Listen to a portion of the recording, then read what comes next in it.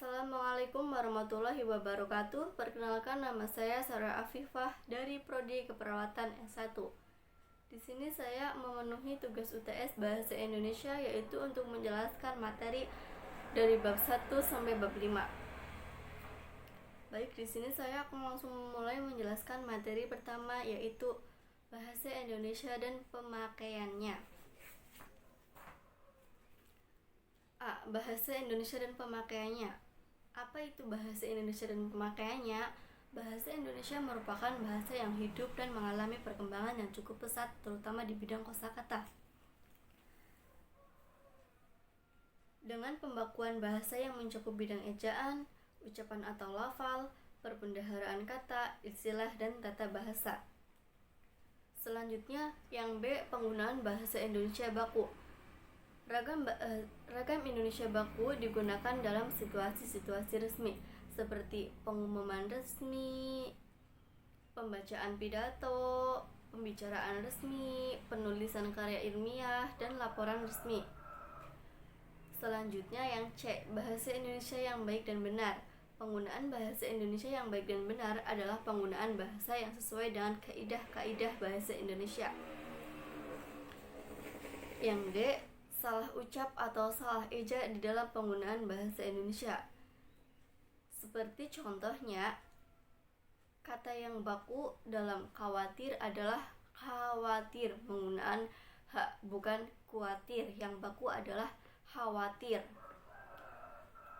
Kata baku nomor yang betul adalah nomor, yang salah adalah nomor. Kata baku Senin adalah Senin, menggunakan i. Yang tidak baku adalah Senen. Selanjutnya, penggunaan bentuk yang dirangkai dan tidak dirangkai. Contohnya, terdiri dari awalan di dan ko, gabungan kata, penulisan pra, pasca, dan purna, pemakaian dari dan daripada, pemakaian bentuk, dan yang mubasir. Selanjutnya, materi bab 2, yaitu bahasa Indonesia dan fungsinya. Pengertian bahasa. Menurut teori struktural, bahasa dapat didefinisikan sebagai suatu sistem tanda yang bersifat alter dan konversional. Baik, selanjutnya kita akan melanjutkan materi yang ke bab 2, yaitu materi bab 2 yaitu bahasa Indonesia dan fungsinya. Pengertian bahasa Indonesia. Menurut teori struktural, bahasa dapat didefinisikan sebagai suatu sistem tanda atau lambang bunyi yang dihasilkan oleh alat ucap manusia yang bersifat arbiter dan konversional. Bahasa yang bersifat arbiter artinya pemaknanya dalam bahasa Indonesia itu bebas. Jadi, bahasa Indonesia yang bersifat arbiter itu bebas ya, teman-teman. Selanjutnya yang B, fungsi umum bahasa. Fungsi umum bahasa adalah sebagai alat komunikasi sosial. Fungsi bahasa adalah sebagai alat komunikasi, alat pengucap rasa, alat pengungkap pikiran. Sebagai alat komunikasi, bahasa bermanfaat untuk menghubungkan orang dengan orang lain yang dalam berinteraksi sosial.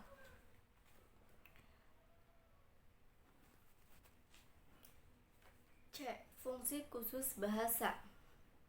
Jobson membagi fungsi bahasa atas 6 macam, yakni fungsi emotif, kognitif, referensial, pautik, fatik, dan metanwal. Fungsi emotik itu sendiri misalnya apabila kita mengucap rasa gembira, kesal, dan sebagainya.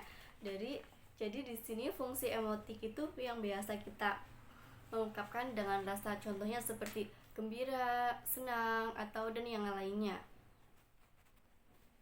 Yang selanjutnya D, bahasa Indonesia dan fungsinya.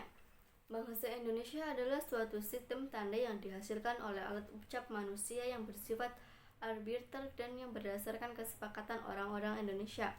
Yang sudah disampaikan di atas tadi, saya sudah menjelaskan, yaitu yang mengenai arbiter. Sebagai nama dicontohkan atas bawah binatang berkaki 4 yang bisa digunakan untuk orang yang menaiki kereta disepakati oleh orang Indonesia sebagai kuda. Kesepakatan ini dengan sendirinya berlaku untuk berbagai kata atau konsep yang lainnya, misalkan rumah, lari, dan lain-lain. Di dalam bahasa Indonesia dan fungsinya, fungsi umum bahasa Indonesia adalah sebagai alat komunikasi. Tentu ya, bahasa Indonesia memang sudah melekat pada diri sendiri kita. Banyak ya, contohnya pada anak-anak kecil pun sekarang sudah melekat bahasa Indonesia, dan bahasa Indonesia sendiri itu sudah termasuk bahasa resmi. Selanjutnya, bab 3, kalimat dalam bahasa Indonesia. A. Pengertian kalimat. Kalimat dalam bahasa Indonesia mempunyai dua pengertian. Dua pengertian ini mengacu pada konsep bahasa itu sendiri, sebab bagaimanapun juga kalimat merupakan bagian dari bahasa. Karena itu mempunyai dua pengertian, yakni bahasa dalam bentuk primer dan bahasa dalam berbentuk sekunder. Makna pengertian kalimat juga mempunyai dua pengertian. Dalam bentuk primer atau lisan, kalimat adalah suatu gramatikal yang mengucapkan pikiran yang utuh. Dalam wujud lisan, kalimat diucapkan dengan suara naik turun dan keras lembut, disela jeda dan diakhiri dengan intonasi akhir yang diikuti oleh kesenyapan yang mencegah terjadinya perpaduan atau asimilasi bunyi ataupun proses fonologis lainnya. Contohnya, mengapa Dina makan pisang goreng? Sebabnya dia lapar. Selain itu, di sini pengertian kalimat adalah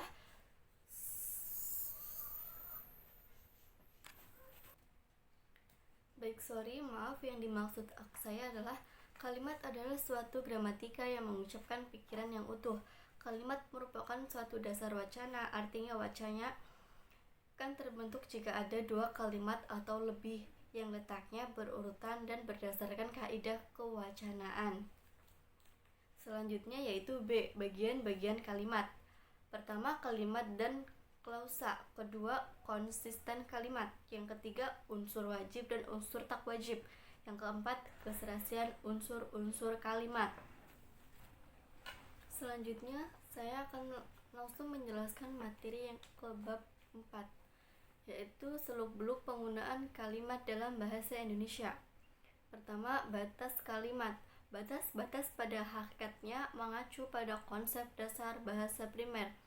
Bahasa primer adalah bahasa dalam bentuk atau unsur, sedangkan bahasa dalam bentuk sekunder adalah bahasa yang dalam tulisan.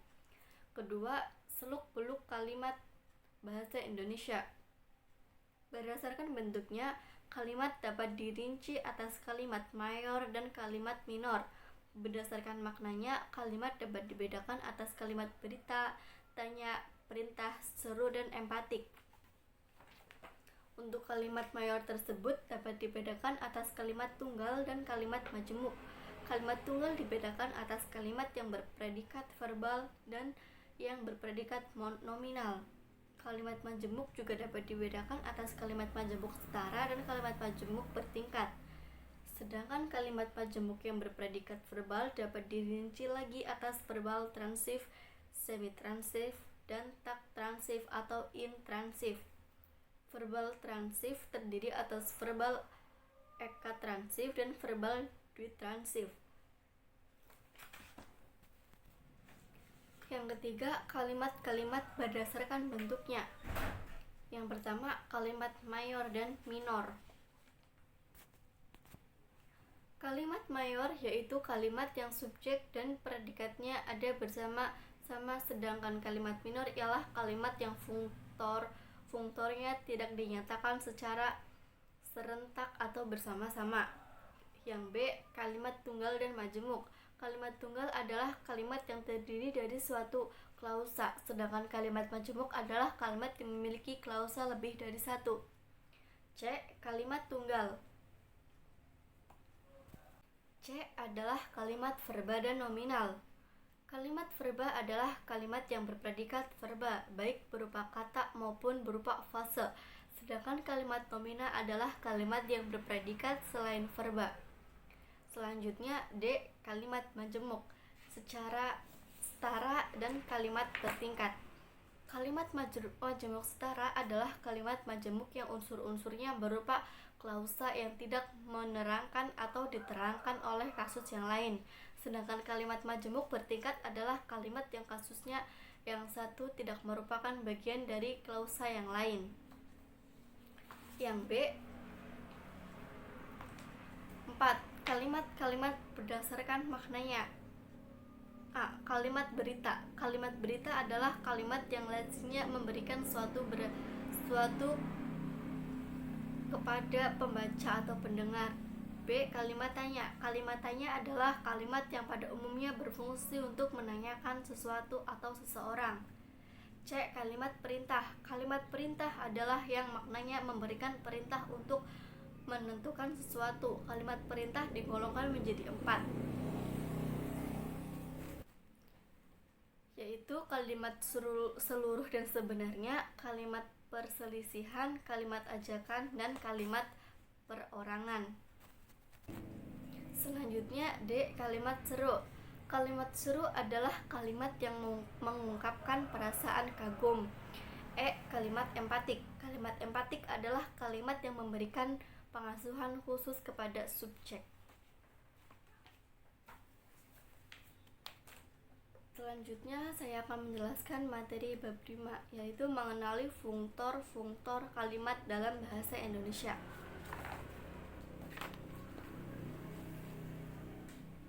1. Cara mengenali fungtor subjek dan predikat.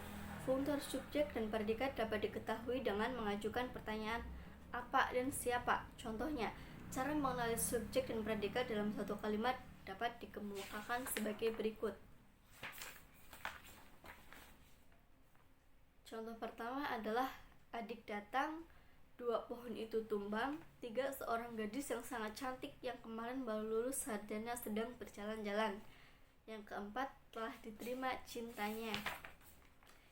Yang kelima, terkatung-katung hidupnya. Kedua, cara mengetahui objek dalam suatu kalimat. Objek dapat dikenali lewat kalimat transif. Ciri utama kalimat aktif transif adalah predikatnya berawalan me. Dengan demikian, apabila predikat kalimat tersebut tidak berlawanan me, dengan sendirinya tidak akan ada objek di belakang kalimat itu. Fungtor objek pada kalimat aktif transif harus dapat mendukung fungtor objek pada kalimat pasifnya. Apabila tidak dapat mendukung fungtor subjek pada kalimat pasifnya, konstruksi tersebut berarti bukan objek. Secara praktis, ciri objek adalah predikatnya berawalan me, dapat dipasifkan. Jadi di sini cara mengetahui objek dalam suatu kalimat, contohnya adalah Tina memainkan bola. Dari kata-kata Tina memainkan bola itu ada awalan me, yaitu memainkan. Yang kedua, Siti menjadi polwan. Dalam kalimat Siti menjadi polwan itu ada kalimat menjadi. Selanjutnya yaitu cara membedakan pelengkap dengan keterangan dalam suatu kalimat. Fungtor pelengkap dapat diketahui setelah seseorang itu paham tentang ciri-ciri keterangan. Suatu konstruksi dapat dikatakan sebagai keterangan apabila konstruksi itu dapat dimutasikan di depan atau di belakang kalimat. Jadi apabila suatu konstruksi yang kita duga sebagai keterangan itu tidak dapat dimutasikan, berarti konstruksi itu bukan keterangan.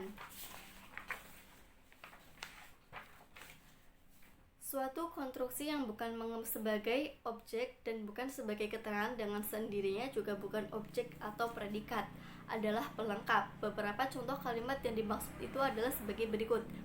Di pasar, Tika berdagang elektronik. Tika berdagang barang elektronik di pasar. Kemarin Andi bermain tenis. Andi bermain tenis kemarin.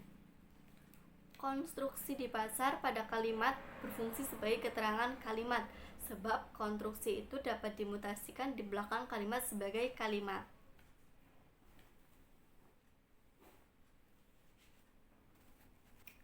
Baik, jadi untuk materi bab 5 ini adalah subjek dan predikat dapat dikenali dengan mengajukan pertanyaan apa atau siapa yang dijadikan pertanyaan sebagai predikat, sedangkan yang dijadikan jawaban adalah subjek. Yang kedua, objek dapat dikenali melalui predikat aktif transitif dapat menduduki subjek pada kalimat pasifnya. Yang ketiga, keterangan dapat dikenali dengan memutasikan. Apabila suatu konstruksi tidak dapat dimutasikan di depan atau di belakang kalimat, maka konstruksi itu berarti bukan keterangan. Dan apabila tidak dapat menduduki subjek pada kalimat pasifnya, maka konstruksi itu berarti bukan objek.